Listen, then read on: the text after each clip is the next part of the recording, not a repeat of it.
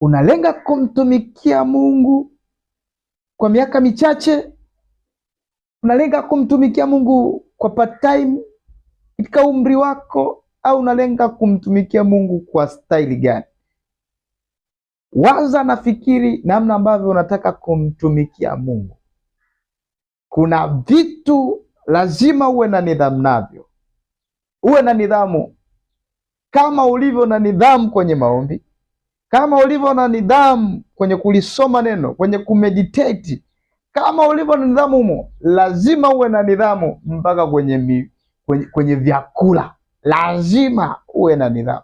Kama unavyojua dhambi fulani sitatenda sababu namkosea Mungu, hata hii staili ya kula kwako inatakiwa iwe ya tofauti, iwe ya nidhamu.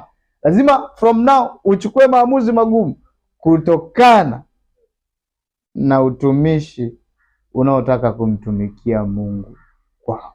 Lazima uangalie unakula nini, unakunywa nini. Angalia huduma ndani yako, iliyo ndani yako. Automatically kuanzia pale ndipo nikaanza kuelewa ya kwamba tukiwa kuwa na nidhamu